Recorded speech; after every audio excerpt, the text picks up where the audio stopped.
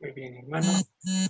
Empezamos con la transmisión. Buenos días nuevamente con todos los que se unieron, con todos los que están integrándose a este gran tiempo de estudio.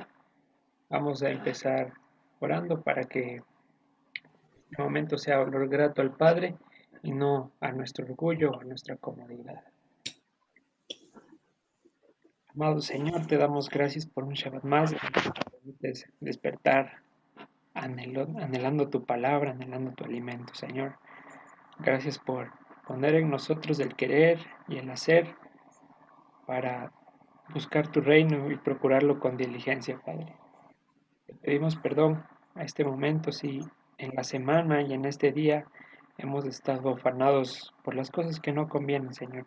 Si nos hemos afanado en exceso o hemos creído que algo se te salió de las manos, si con nuestro pensamiento y con nuestras obras hemos intentado demostrar que tú no eres nuestro Dios, te pedimos que nos perdones por aquellas actitudes rebeldes que todavía brotan del corazón, Padre. Gracias te damos por la oportunidad que nos das hoy para corregirlo a través de tu santa ley, que es la única que puede transformar nuestra vida, Padre. Permítanos en este día, a través de tu Espíritu, el poder de tu presencia, entender lo que está allí escrito para aplicarlo a nuestra vida, Señor. Ayúdanos a anhelarla con todo el corazón para que nuestro camino sea ordenado. Pido por la vida de mis hermanos que puedan estar atentos, acciones al momento de estudiar, que puedan escuchar tu voz audible y que no permitas que ninguna de las cosas que vayan a hablarse durante este tiempo estén fuera de tu palabra, sino solo las que están guiadas directamente a través de tu unción, Padre. Gracias por los que ves para que esta reunión sea posible. Te agradezco nuevamente por la vida de todos los que se están conectando, los que no van a poder. Con tu nombre, Yeshua. Amén. Muy bien, hermanos. Vamos a empezar con el estudio de hoy. Nos toca la porción llamada Lech Lecha. Significa ve para ti o ve a pesar de ti. Es la tercera porción del libro de Génesis. Está comprendida del capítulo 12 hasta el capítulo 17, versículo 27. Hoy es 7 de noviembre del 2020 y en el calendario hebreo 20 del mes de Jeshvan de 5780. ¿Ok? Versículo para hoy que me encanta, que siempre es deleitoso, el que se halla en Hechos capítulo 13 y dice: Sabed pues esto, varones hermanos, que por medio de él, es decir, por Yeshua, se les anuncia el perdón de los pecados. Las palabras más liberadoras y gratificantes que escuchamos en nuestra vida cuando recién nos permitió conocerle, y la gracia que sigue abundando hoy en cada paso que damos. Bendito sea el Señor.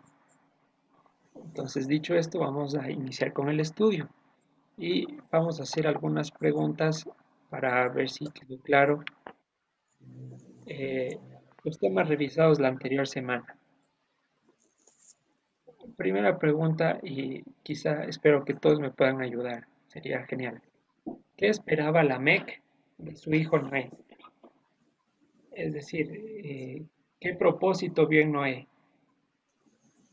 ¿Qué fue lo que Lamec esperaba que Noé cumpliese? ¿Alguien lo recuerda? Estaba en el capítulo 5 de Génesis. Que les dé reposo, Carlitos. Muy Que bien, les dé Cecilia. reposo. Eso. Algo más específico, ¿se acuerdan?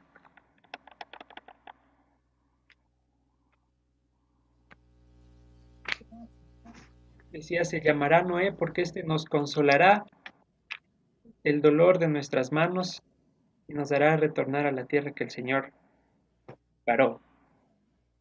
Siguiente pregunta.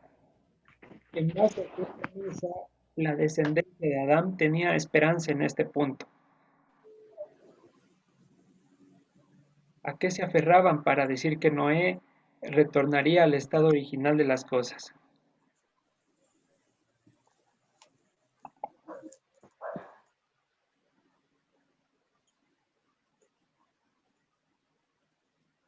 a la promesa que hizo Dios a la mujer, diciéndole que su simiente Ay, aplastaría la cabeza de la serpiente y ésta le heriría en el calcañar. En base a eso, se anhelaba ya o se tenía una idea de una restauración completa, de volver al jardín del Edén a habitar cara a cara con nuestro Señor. Siguiente pregunta. ¿Cuáles son los distintos usos o traducciones de la palabra Elohim?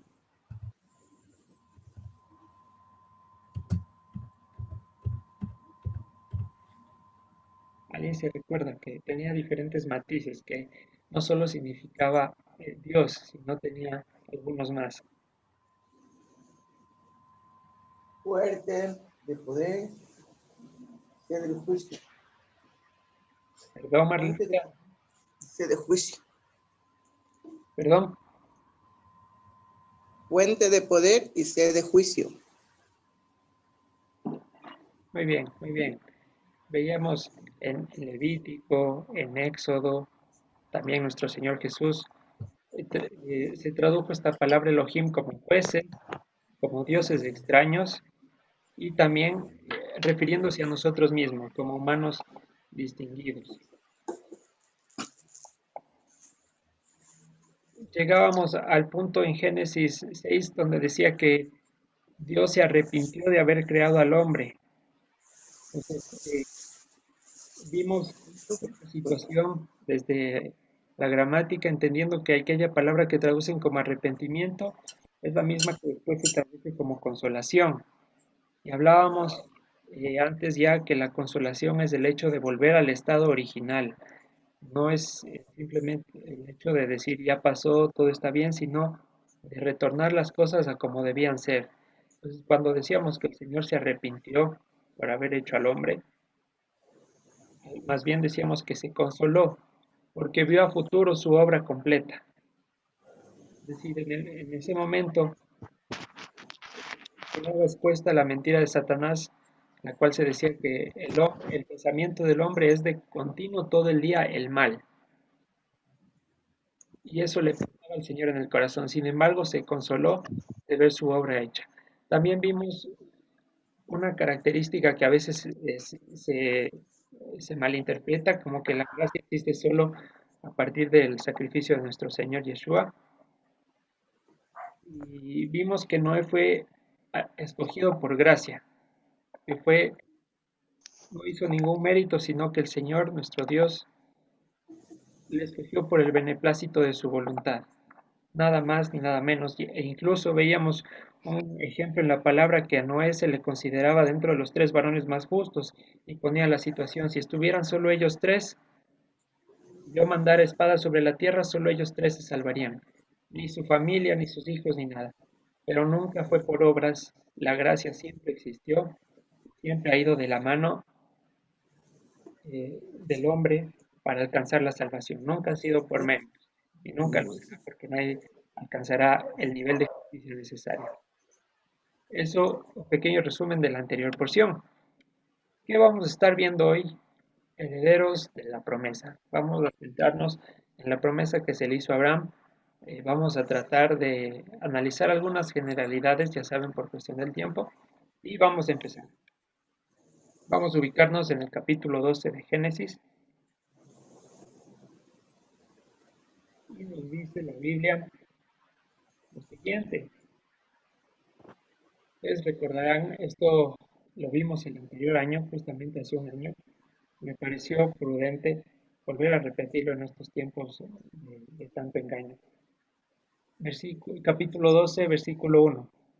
Pero el Señor había dicho a Abraham, aquí todavía se escribe el nombre en su forma sencilla, Abraham, vete de tu tierra y de tu parentela y de la casa de tu padre a la tierra que te mostraré.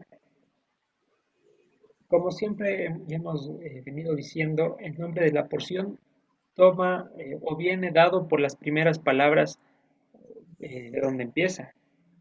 Y aquí, bueno, lo único que vemos es vete. Sin embargo, precisamente la expresión debería ser traducida como vete para ti. ¿Y ahora qué significa ese vete para ti o a pesar de ti? Se ha debatido mucho a lo largo de la historia, los estudiosos del idioma y elogios de la palabra para llegar a un consenso sobre qué significa esta expresión de ve para ti. Juzgando por el contexto de lo que le va a pedir a continuación, se halló el siguiente significado. Vamos a ubicarnos en el Evangelio para que sea bíblico. Mateo 16, 24. ¿Qué significa el ir para mí? Mateo capítulo 16, versículo 24 al 25.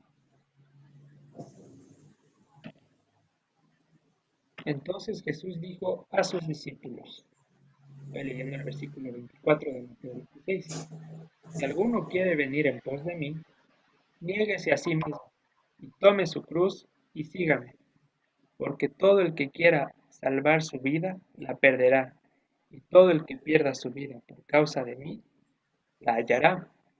Entonces, en base a lo que le va a pedir a continuación, el hecho de que Dios nos demande el ve para ti se refiere a una acción que trae abundantes beneficios, sin embargo, conlleva un alto precio a pagar. Negarnos a nosotros mismos, perder nuestra vida y cargar nuestra cruz. En el versículo 26 dice, para concluir la idea, porque ¿qué aprovechará al hombre si ganare todo el mundo y perdiere su vida? ¿O qué recompensa dará el hombre por su vida si tuviera alguna manera de pagar por la vida eterna? No la hay. Entonces, cuando en Génesis 12 le dice Dios a Abraham, vete para ti o vete a pesar de ti, vamos a ver lo que le pide. Le dice, vete de tu tierra, de tu parentela y de la casa de tu padre. Ya se estarán refrescando un poquito la memoria a qué se referían con estas tres cosas. Empezando por la tierra, se refería a los bienes materiales físicos que le proveían algún tipo de seguridad a Abraham para su sustento.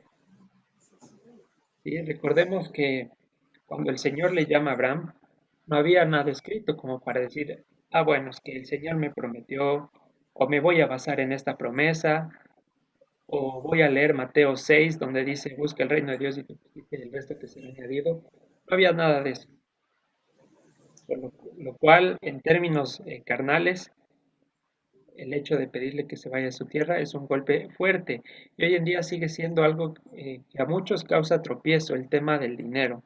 Tenemos ejemplos bíblicos como los que tienen en pantalla a Esaú, a la mujer de Lot, personas que prefirieron o que no hallaron consuelo en las riquezas del cielo, voltearon a ver lo que había aquí en la tierra. Voy a silenciar por ahí el sonido. Listo. Ahí sí. Entonces, estas personas caracterizan bien a la humanidad. Esaú, el hecho de preferir los deleites temporales a la primogenitura. Y es básicamente lo que causa el excesivo amor al dinero. Raíz de todos los males es el amor al dinero. Entonces, a la luz del Evangelio, vamos a aclarar esta situación. Lucas capítulo 12, versículo, vamos desde el 13. Lucas capítulo 12, desde el 13.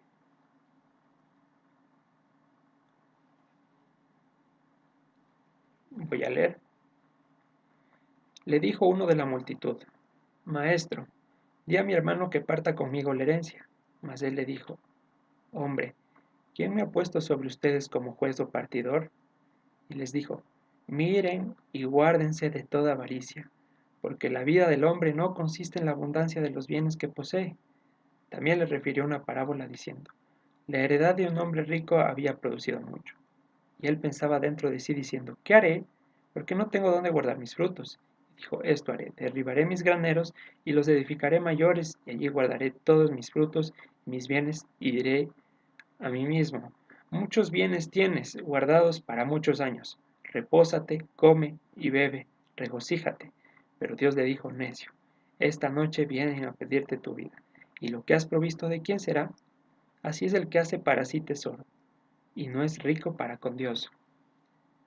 Entonces, hay que aclarar un punto aquí. El tener dinero no es, no es algo antibíblico, ni prosperar en el tema económico es pecar. ¿Cuál es el pecado aquí?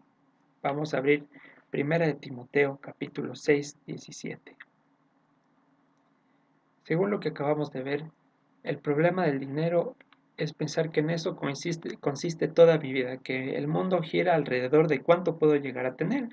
Y es la corriente que hoy en día domina eh, los afanes de cada persona. El anhelar lo que no tengo y ver el medio más rápido para conseguirlo, sin importar sacrificios o consecuencias. Entonces, como digo, el problema, o más bien, seguir a Dios no quiere decir que no voy a tener sueños, ni voy a tener metas, ni, ni anhelos para conseguir ciertas cosas. ¿Cómo tiene que estar fundamentada ese deseo de riqueza?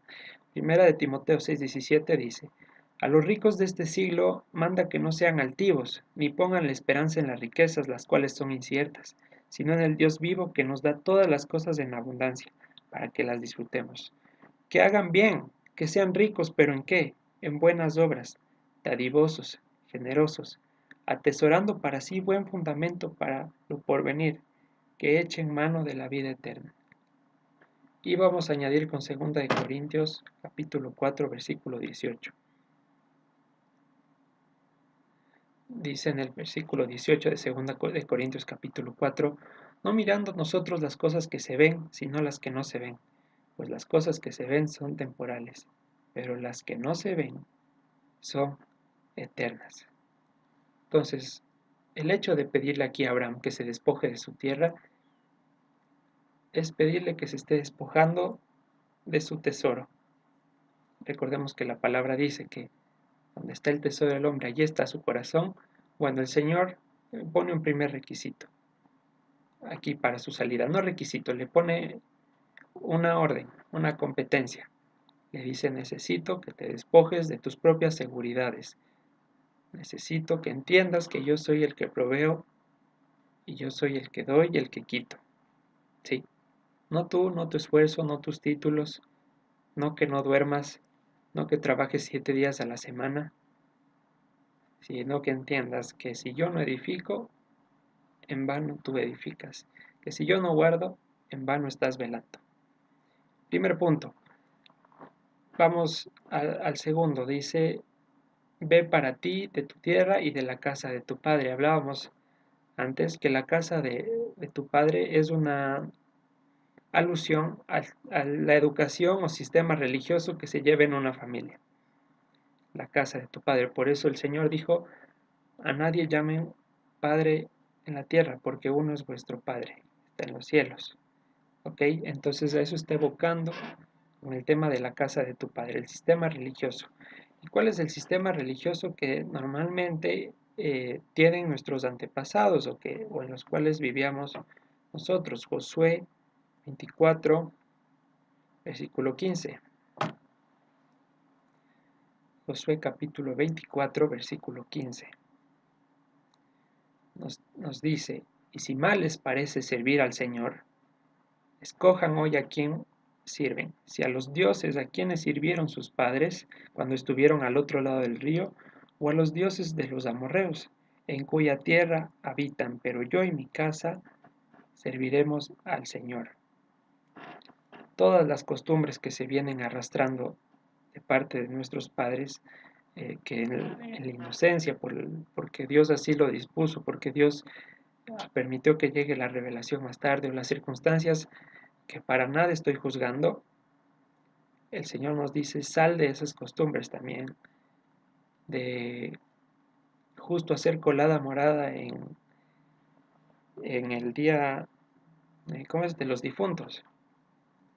Nosotros sabemos que no hay ningún problema en comer, pero por amor a los que recién se están iniciando y para no ser tropiezo, hay que preguntarse por qué, cuál es la necesidad de tomar justo ese día.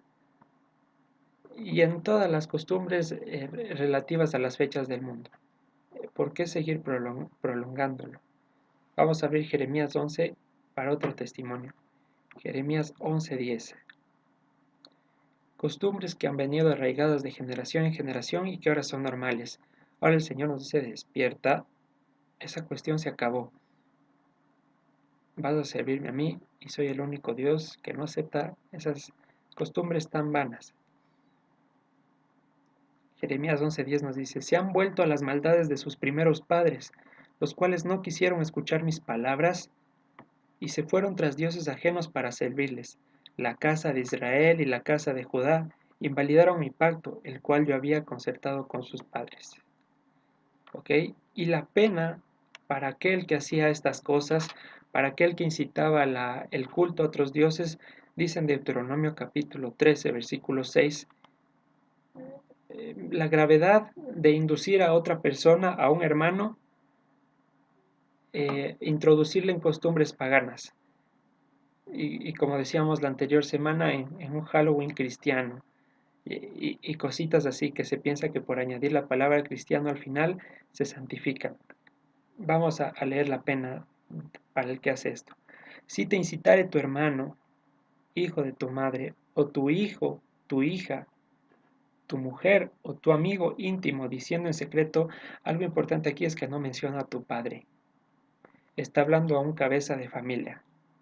Tu hermana, tu hermano, la mujer que amas, tu hijo. Si alguno de estos, porque se supone que tú estás firme, que tú eres quien guía el hogar, dice, si alguno te incita en secreto diciendo, vamos y sirvamos a dioses ajenos que ni tú ni tus padres conocen, de los dioses de los pueblos que están en sus alrededores, cerca de ti o lejos de ti, desde un extremo de la tierra hasta el otro extremo de ella, no consentirás con él, ni le prestarás oído, ni tu ojo le compadecerá, ni le tendrás misericordia, ni le encubrirás, sino que lo matarás, tu mano se alzará primero sobre él para matarle, y después la mano de todo el pueblo.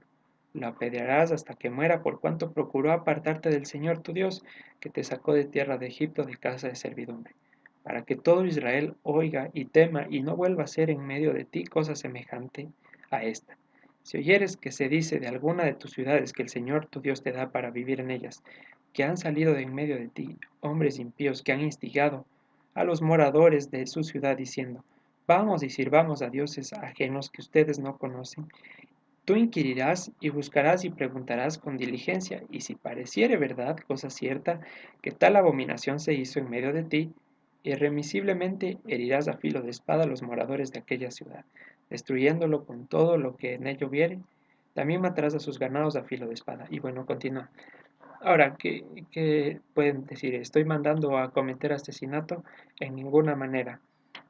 Pero nuestros sentidos tienen que estar bien ejercitados en el discernimiento del bien y del mal, porque la maldad hoy en día no solo se disfraza de las costumbres paganas, sino que usa la palabra de Dios, usa la luz para cambiarle dos, tres cositas y alterar el orden normal. Y es lo que pasa en Isaías 1, cuando el Señor demanda que está cansado de sus donas nuevas, de días de reposo, de festividades. ¿Por qué? Porque estaban usando la palabra de Dios en apariencia y en su corazón estaban sirviendo a dioses ajenos que no conocían. Entonces hay que tener cuidado y mientras más el Señor nos permite ir conociendo de su palabra, el peligro también va aumentando. Porque al enemigo, por supuesto que le va a molestar vernos en la paz del Señor. Y como ya hemos visto y hemos mencionado, siempre quiere repetir el escenario del Edén, engañar con astucia a Eva y extraviar los sentidos. ¿Ok? Entonces también le está diciendo a Abraham, cualquier Dios que haya servido a tu padre antes, pues no va por ahí, no va por ahí. Así que también te olvidas de eso. Y por último, dice, ve para ti de la parentela.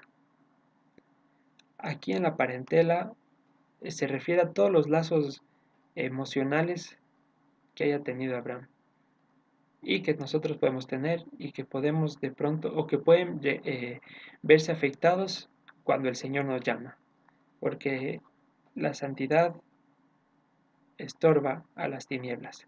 Vamos a ver qué nos dice el Evangelio. Mateo 10, capítulo 34.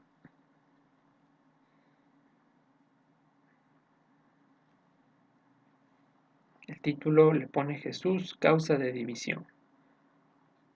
Versículo 34 de Mateo 10 dice, no piensen que he venido para traer paz a la tierra. No he venido para traer paz sino espada, porque he venido para poner en disensión al hombre contra su padre, a la hija contra su madre y a la nuera contra su suegra, y los enemigos del hombre serán los de su casa. El que ama a padre o madre más que a mí, no es digno de mí. El que ama a hijo o a hija más que a mí, no es digno de mí. Y nuevamente insiste, el que no toma su cruz y sigue en pos de mí, no es digno de mí. El que haya su vida, la perderá, y el que pierde su vida por causa de mí, la hallará. No tenemos, pero un momento antes de que piensen que estoy juzgando y mandando que nos aislemos de la familia, vamos a hacer la idea completa y de ahí hallar una conclusión, ¿ya? Entonces aquí el Señor nos está diciendo que para seguirle a Él en algún momento hay que poner las cosas claras y poner la barrera de la santidad. Ya vamos a ver por qué. Hebreos 10:23. Hebreos capítulo 10, versículo 23.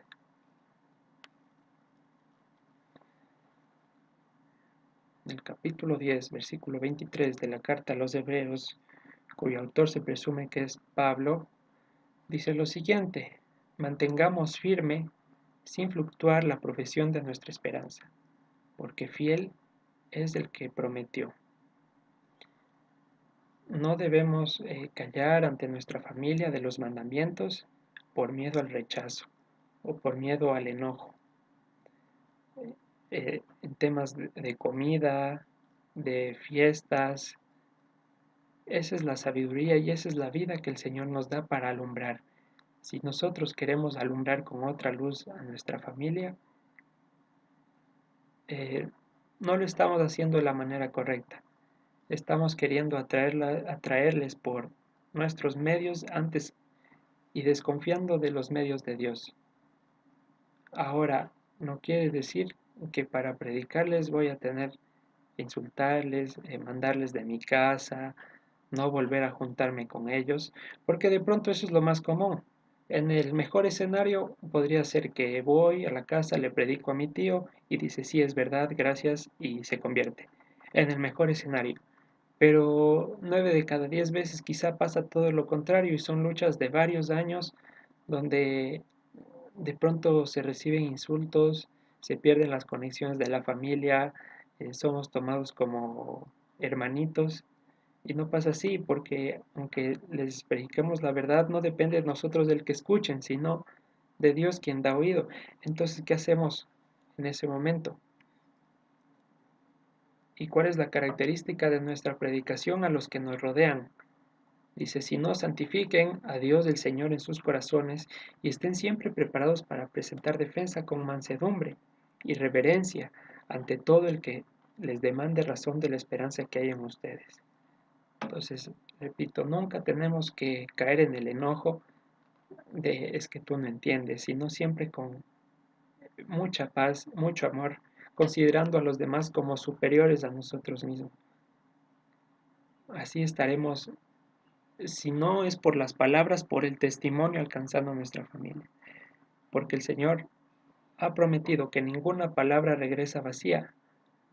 Y seguro tendrán muchos casos en los que pasaron años hablándole a su marido, a su hijo, a su tío, a su mamá. Y no fue hasta después de un largo tiempo el que el Señor considera prudente que aquellas personas aceptaron. Entonces aquí el Señor le está diciendo a Abraham que abandone a su parentela, pero ¿en el qué sentido? En que le ponga a Dios por delante. Como dijo nuestro Señor, el que no me ama más a mí que a su hijo, no es digno de mí. Entonces que no prepondere el hecho de conservar la familia antes que decir la verdad.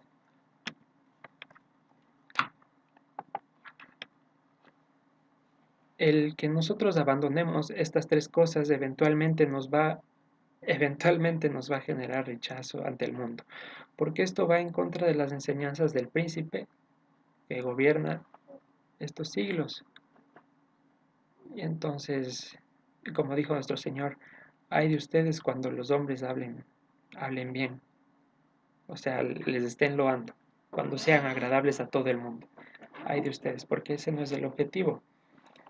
Primera de Juan, primera carta del apóstol Juan 2, versículo 15, nos pone en claro y nos dice lo mismo que le dijo a Abraham de otra manera. No amen al mundo ni las cosas que están en el mundo. Si alguno ama al mundo, el amor del Padre no está en él. Porque todo lo que hay en el mundo, los deseos de la carne, los deseos de los ojos y la vanagloria de la vida, no proviene del Padre, sino del mundo. Y el mundo pasa y sus deseos, pero el que hace la voluntad de Dios permanece para siempre. Y esa es una lucha que vamos a tener a diario. Aunque Abraham salió de estas tres cosas, siguió equivocándose y siguieron saliendo a flote cosas de la carnalidad. Ejemplo, cuando mintió a Faraón de que Sara no era su mujer. ¿Por qué? Con el fin de conservar su comodidad, su conveniencia, su vanagloria, sus deseos. ¿Ok? Entonces, eh, voy a leerles segunda de Juan, capítulo 2, 14 y 15 de la Nueva Versión Internacional, que lo presentó de una manera bastante agradable. Y dice lo siguiente: y ahora, hermanos, en la fidelidad, les ruego que nos amemos los unos a los otros. Y no es que les esté escribiendo un mandamiento nuevo, en realidad es el mandamiento que hemos recibido desde el principio. El que de verdad ama, pone en práctica los mandamientos de Dios.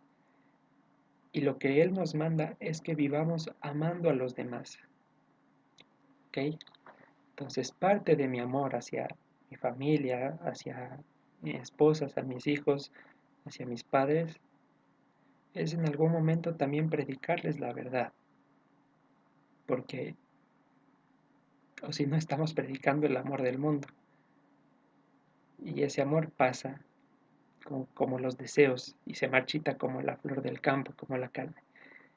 Pero el amor que está fundamentado en los mandamientos, es decir, en nuestro Señor, permanece para siempre, avanzando sin miedo al rechazo que nos ofrece este mundo. Salmo 119, versículo 10 dice: con todo mi corazón te he buscado. Y es lo que quiero decir. No importa cuánto tiempo vayamos en el caminar del Señor, habrá situaciones que buscan que nosotros volvamos a confiar en nuestra tierra, que volvamos los ojos a la casa de nuestro Padre o que retomemos a la parentela en cualquier ámbito fuera del de Dios. Y eso va fluyendo año tras año porque tenemos luchas y seguimos siendo limados y trabajados. De modo que no podemos confiar en la carne. No podemos pensar que la lucha se acabe en algún momento. No se acaba hasta que el Señor venga. Y hasta ese entonces, día tras día, tenemos que estarnos examinando. Eh, a estilo de una quimioterapia para la carne. Tiene que ser eliminada en su totalidad para que ya no luche más contra los designios de Dios. Pero eso cuesta y toma tiempo y es cuestión de formar el carácter. Y ya vamos a ver cómo se lo consigue. ¿Ok? ¿Vamos claros hasta ahí? Carlitos, ahí en la cita que pones, tú dices segunda de Juan 2:14, no hay segunda de Juan 2. Ay, perdón, es segunda de Juan 14 y 15. A ver, espérenme. Gracias Silvita, es segunda de Juan, déjenme buscarles.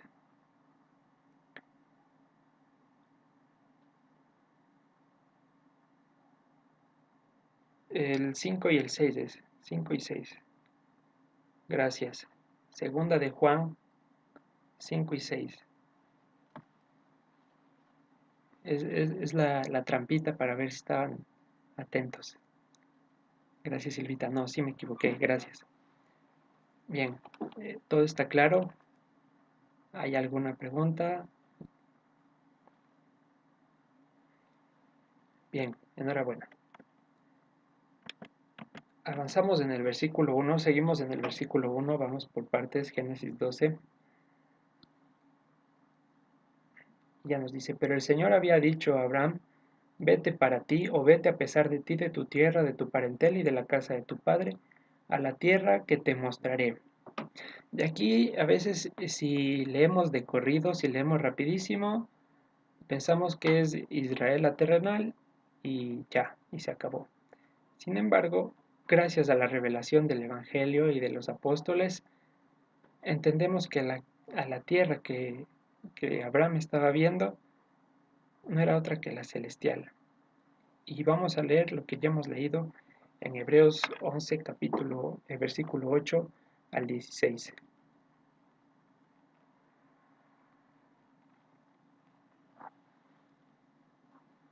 Dice, a la tierra que yo te haré ver. Lo mismo que vimos en el caso de Moisés, cuando aparentemente parecía que vio a la tierra física de Israel desde el monte Nebo, lo que le estaba mostrando era lo que había de venir. Lo mismo pasó con Abraham, es lo que nos habla la carta a los Hebreos. Capítulo 11, versículo 8. Por la fidelidad, Abraham siendo llamado, obedeció para salir al lugar que había de recibir como herencia, y salió sin saber a dónde iba. Por la fidelidad, habitó como extranjero en la tierra prometida como en tierra ajena, morando en tiendas con Isaac y Jacob, coherederos de la misma promesa. Y aquí nos da la clave, porque esperaba la ciudad que tiene fundamentos, cuyo arquitecto y constructor es Dios. Por la fidelidad también la misma Sara, siendo estéril, recibió fuerza para concebir y dio a luz aún fuera del tiempo de la edad, porque creyó que era fiel quien lo había prometido. Por lo cual también de uno, y ese ya casi muerto, salieron como las estrellas del cielo en multitud, y como la arena innumerable que está a la orilla del mar. Conforme a la fidelidad, murieron todos estos sin haber recibido lo prometido, como hemos dicho ya, mirándolo de lejos y creyéndolo y saludándolo y confesando que eran extranjeros y peregrinos sobre la tierra. Porque los que esto dicen claramente dan a entender que buscan una patria, pues si hubiesen estado pensando en aquella de donde salieron, es decir, en una tierra terrenal, si la recompensa hubiera sido terrenal, ciertamente tenían tiempo de volver, pero anhelaban una mejor, esto es celestial, por lo cual Dios no se avergüenza de llamarse Dios de ellos, porque les ha preparado una ciudad.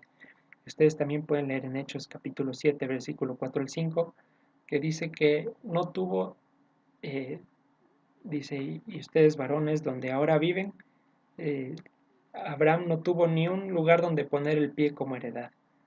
O sea, nada de esta tierra le perteneció. Entonces aquí a la tierra que el Señor le hizo ver, no es otra que a la tierra que esperamos volver. ¿Sí? Las visiones y promesas del Señor que viene manifestando a través de todas sus patriarcas y todas sus cabezas. ¿Okay? Eso es importante anotar en el versículo 1 del capítulo 2. Ahora sí avanzamos. Versículo 2. Por favor, ayúdenos con la lectura. Hasta el 3.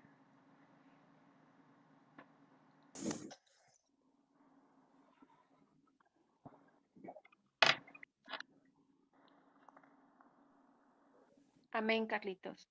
Gracias. Haré de ti una gran nación, te bendeciré y engrandeceré tu nombre, porque eres bendito. Bendeciré a los que te bendigan y maldeciré a los que te maldigan. En ti y en tu simiente serán bendecidas todas las naciones de la tierra. Gracias, Cecilita. Bien, entonces, pues de pronto bendeciré a los que te bendigan y maldeciré a los que te maldijeren. Queda como un poquito suelto de pronto y no nos hemos dedicado a meditar qué significa aquel enunciado.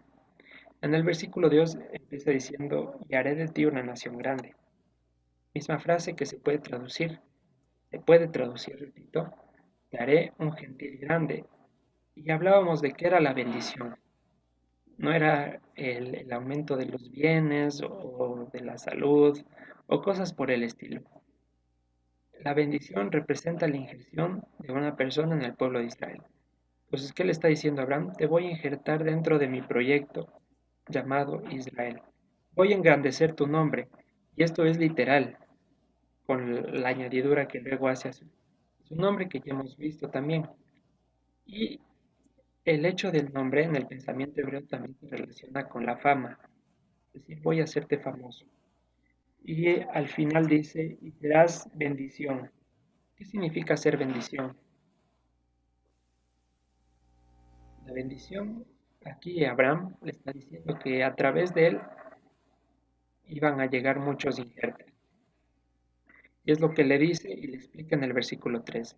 Habré injertado a los que te hayan adoptado. Las palabras que están azules son las que les he transcrito para mejor entendimiento. Eso espero al menos. Habré injertado a los que te hayan adoptado a ti. Y aquí sí, lo que ya hemos hablado. Las dos palabras diferentes de maldición. Y a los que disminuyan tu honra, a los que te humillen, yo desterraré. Si ya pudieron descargar la Biblia que nos recomendó Chris con las palabritas de Strong, podrán comprobar ustedes que aparecen dos palabras distintas. Entonces, habla de eso. A los que te hayan adoptado a ti, yo los injertaré en Israel. Y a aquellos que te deshonren, yo los voy a desterrar. Y lo siguiente, y en ti será adoptada cualquier familia de la tierra. ¿Por qué digo cualquier? Porque no todos los que le dicen Señor, Señor van a llegar a la vida eterna. Pues, si decimos todas las familias de la tierra, pues da a entender como que la salvación sería completa y que no existiría el mal. Sin embargo, eso, también se puede entender esta frase como en ti será adoptada cualquier familia de la tierra. Y esto nos habla Pablo a través de los Gálatas. Vamos a Gálatas capítulo 3, versículo 26.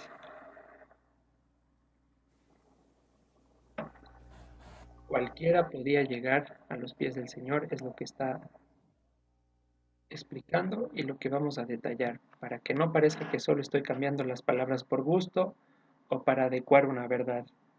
Dice en Gálatas capítulo 3, versículo 26, pues todos son hijos de Dios por la fidelidad en el Mesías Yeshua, porque todos los que han sido bautizados en Cristo, de Cristo están revestidos. Ya no hay judío, ni griego, no hay esclavo, ni libre, no hay varón ni mujer, porque todos son uno en Cristo Jesús. Y si ustedes son de Cristo, ciertamente linaje de Abraham son, y herederos según la promesa. Entonces, ¿qué nos está diciendo aquí? Que Dios no hace acepción de personas al momento de llamar. Pero eso no quiere decir que todos vayan a estar incluidos en la salvación. ¿Sí? Repito, cualquier persona puede ser llamada por Dios, sin importar su pasado, sin importar qué religión tenga, cualquiera. Pero eso no significa, como sugiere el versículo, que todas las familias van a ser benditas. Porque habrá algunos que sean engañados por la serpiente y abren palabras contra el Altísimo. Y también, ¿qué nos quiere decir esto? Que no hay judío, ni griego, ni esclavo, ni libre. Que Dios no se trata de religiones, no se trata de denominaciones. Porque ahora lo más normal es decirle, a predicarle a alguien de Dios y que responda, no, no, es que yo soy evangélico, no, no, es que yo soy católico. Como que si esto se tratara del apellido terrenal que llevares.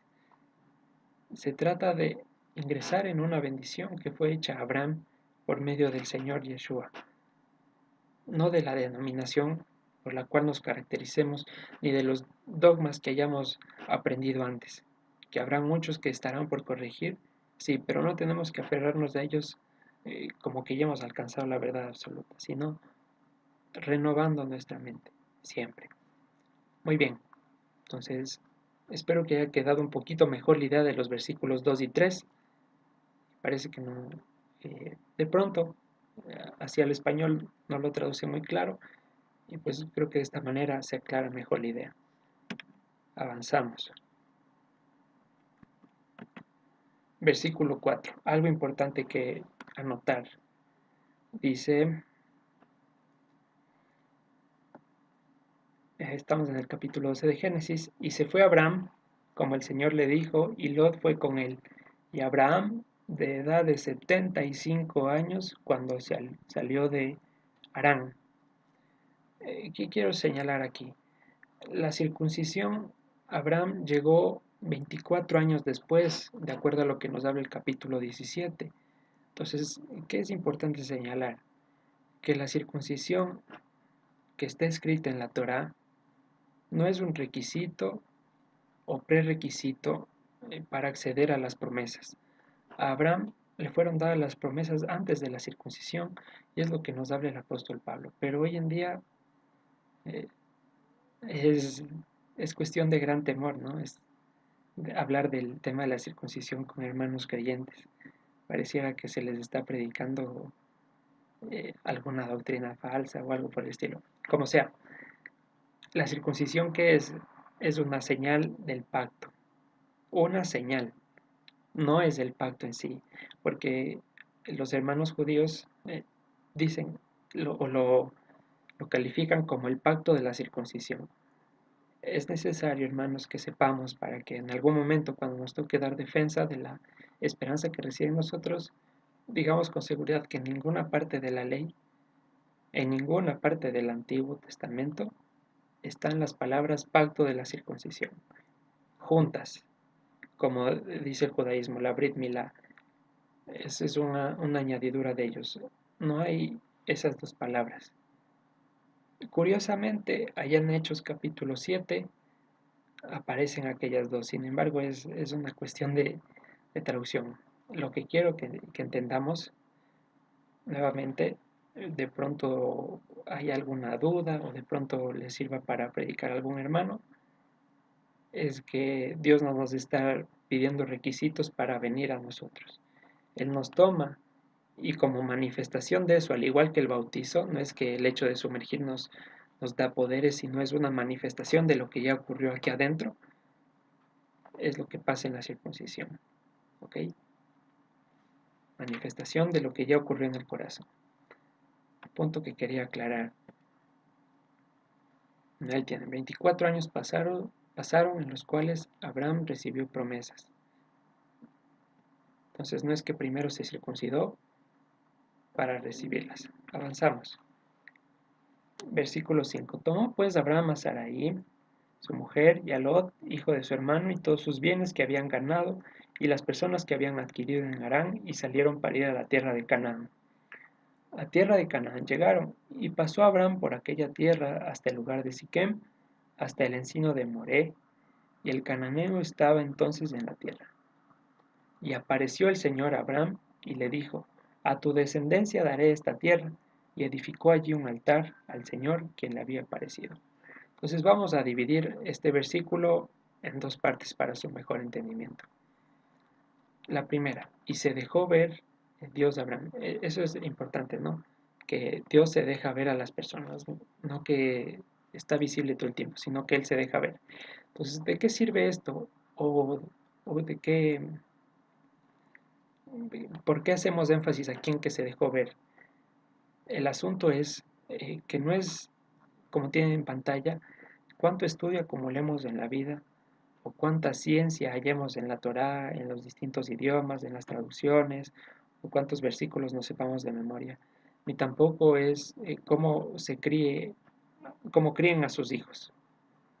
Lo que transforma verdaderamente la vida es el encuentro personal con Dios. Y dijimos en algún momento, de acuerdo al proverbio, instruye al niño en su camino y aun cuando fuere viejo no se apartará de él. Aunque la instrucción fuere perfecta y en verdad el niño cumpliera a cabalidad sin desobedecer nada de ello, si es que el Señor no se le presentare, no alcanzaría la vida eterna, porque estaríamos siendo solo moralistas y sabios. Entonces, aquí lo que verdaderamente le transformó a Abraham es esa experiencia personal con Él, la que todos hemos tenido, porque nos hablaron muchas veces de Dios, nos dijeron, pero hermano, lea la Biblia, es que Dios sí existe, y tantas cosas, pero hasta que uno no siente, hasta que Dios no se deja ver en nuestra vida, esas palabras pasan de largo. no es sino hasta que, repito, Dios viene a nuestro encuentro, sale a nuestro encuentro, que entendemos al finalmente quién es Él. ¿Y esto con qué objetivo? ¿Para qué se nos presenta Dios? En el versículo 17 le dice a Abraham, anda delante de mí y sé perfecto. ¿Se acuerdan que ya habíamos hablado que era la perfección? Salmo 119, versículo 1 nos decía que era el andar en su ley. Entonces, el hecho de andar en su ley, y no en dogmas de hombres, se va a lograr solo cuando el Señor se nos haga visible. Y esto no es que sucede una vez y ya quedó completo. A Abraham se le hizo visible Dios varias veces porque le fue necesario. Asimismo, nosotros tenemos que anhelar el crecimiento, no solo nuestro, sino de aquellos que nos rodean. Pedir al Señor que tenga misericordia para que se presente personalmente con hermanos, tíos, abuelos y, y quienes sean. Ese es el punto cúspide de transformación, el encuentro personal con Él. ¿Ok? Entonces, vamos a avanzar. Ahora sí, avanzamos a la siguiente parte. Decía, en nuestras versiones tenemos a tu descendencia. Esa palabra descendencia es la que traducen en el Nuevo Testamento como simiente. Le dice, a tu simiente daré esta tierra. Gálatas 3, versículo 16, nos da la revelación de quién es la simiente. Gracias a que el Señor aclaró eso, porque si no teníamos un grave dilema aquí. Porque se podría entender como que las simientes son los descendientes de Abraham biológicos, es decir, ahora, hoy en día, Judá, y que solo ellos tendrían acceso a la promesa. Pero aquí se aclara de una manera muy sencilla. Gálatas capítulo 3, versículo 16. Ahora bien, a Abraham fueron hechas las promesas, y a su simiente. No dice y a las simientes como si hablase de muchos, sino como de uno, y a tu simiente, la cual es Cristo. ¿Ok? Entonces, ya. Cuando dice a tu simiente daré esta tierra, el término simiente aquí Pablo nos está revelando quién es el que encarna aquella promesa. Nuestro Señor el Mesías. Por eso anteriormente dijo, si somos de Cristo, linaje de Abraham somos. ¿Y por qué somos herederos de la promesa? Así, algo importante ahí.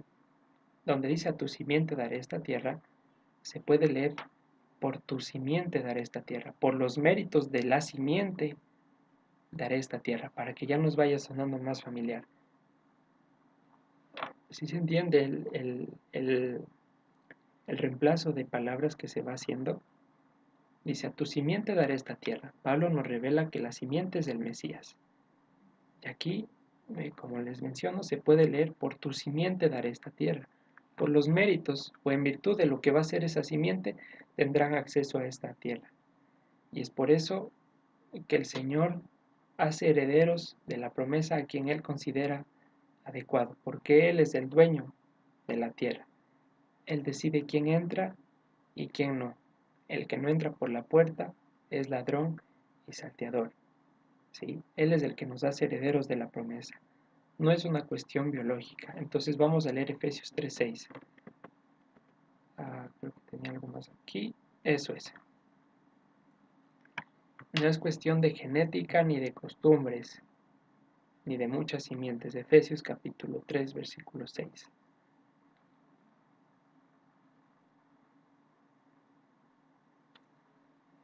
Dice que los gentiles son coherederos y miembros del mismo cuerpo, y copartícipes de la promesa en Cristo Jesús por medio del Evangelio. Los gentiles, nosotros éramos en otro tiempo llamados gentiles, y fuimos hechos partícipes de la promesa. ¿Cuál promesa también? De la que ingresaríamos a aquella tierra que Abraham vio, por los méritos de la simiente. De ahí viene, porque los hermanos judíos de aquel tiempo se rompían la cabeza diciendo, ¿cómo puede un gentil que nunca en su vida ha tomado una ley o una Biblia Si ha aprendido el Deuteronomio 6:4 en términos actuales, ¿cómo puede él ingresar a la tierra prometida? Y responde nuestro maestro en Juan 8:31.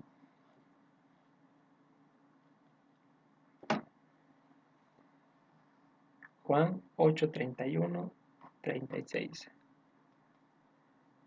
Evangelio según Juan, capítulo 8, versículo 31 dice: Dijo entonces Jesús a los judíos que habían creído en él: Si ustedes permanecieren en mi palabra, serán verdaderamente mis discípulos, y conocerán la verdad, y la verdad les hará libres. Le respondieron: Linaje de Abraham somos, y jamás hemos sido esclavos de nadie. ¿Cómo dices tú, seremos libres? Jesús les respondió: de cierto les digo, que todo aquel que hace pecado, esclavo es del pecado. Y el esclavo no queda en la casa para siempre, el Hijo sí queda para siempre. Así que si el Hijo les liberta, serán verdaderamente libres. Sé que son descendientes de Abraham, pero procuran matarme, porque mi palabra no haya cabida en ustedes. Yo hablo lo que he visto cerca del Padre y ustedes hacen lo que han oído cerca de nuestro Padre. Ellos le respondieron: Nuestro Padre es Abraham. Jesús les dijo: Si fuesen hijos de Abraham, las obras de Abraham harían. ¿Cuáles son las obras? Ya estamos viendo las tres primeras: abandonar la casa de su padre, el sistema religioso que tenían los fariseos, que les impedía y les cegaba aceptar en el Mesías, creer que Dios podía humillarse a tal punto, todo por un sistema religioso de hombres. Versículo 40. Pero ahora procuran matarme a mí, hombre que os he hablado la verdad, la cual he oído de Dios. Esto no hizo Abraham. Ustedes hacen las obras de su padre.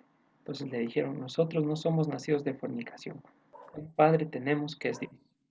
Jesús entonces les dijo: Si su padre fuese Dios, ciertamente me amarían, porque yo de Dios he salido y he venido. Pues no he venido de mí mismo, sino que Él me envió. ¿Sí?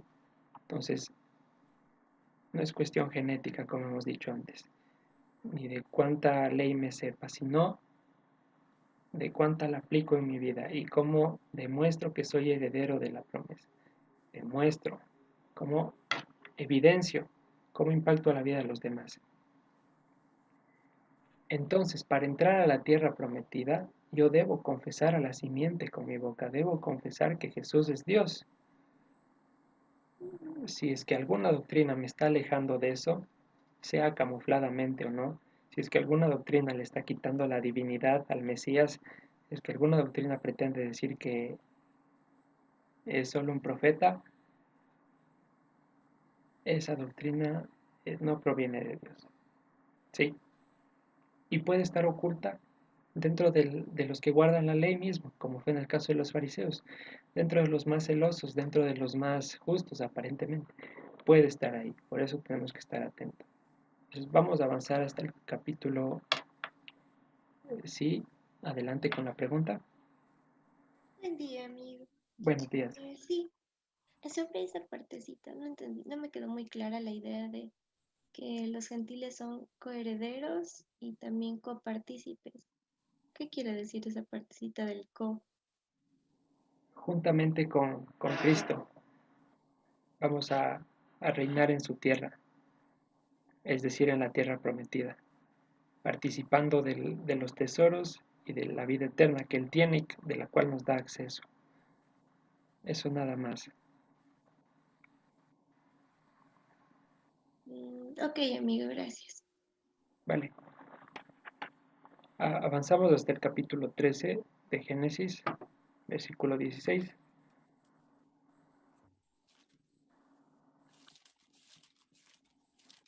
Como siempre decimos, por favor terminen la lectura en su casita. Aquí no podemos alargarnos para desarrollar los 4 capítulos, pero son en verdad muy abundantes. Entonces nuevamente dice, versículo 16, y haré a tu simiente como el polvo de la tierra, que si alguno puede contar el polvo de la tierra, también tu descendencia será contada.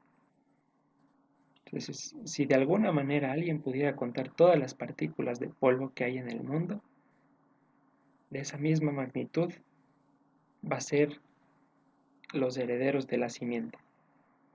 Y volvemos a Gálatas otra vez. Capítulo 4, versículo 27.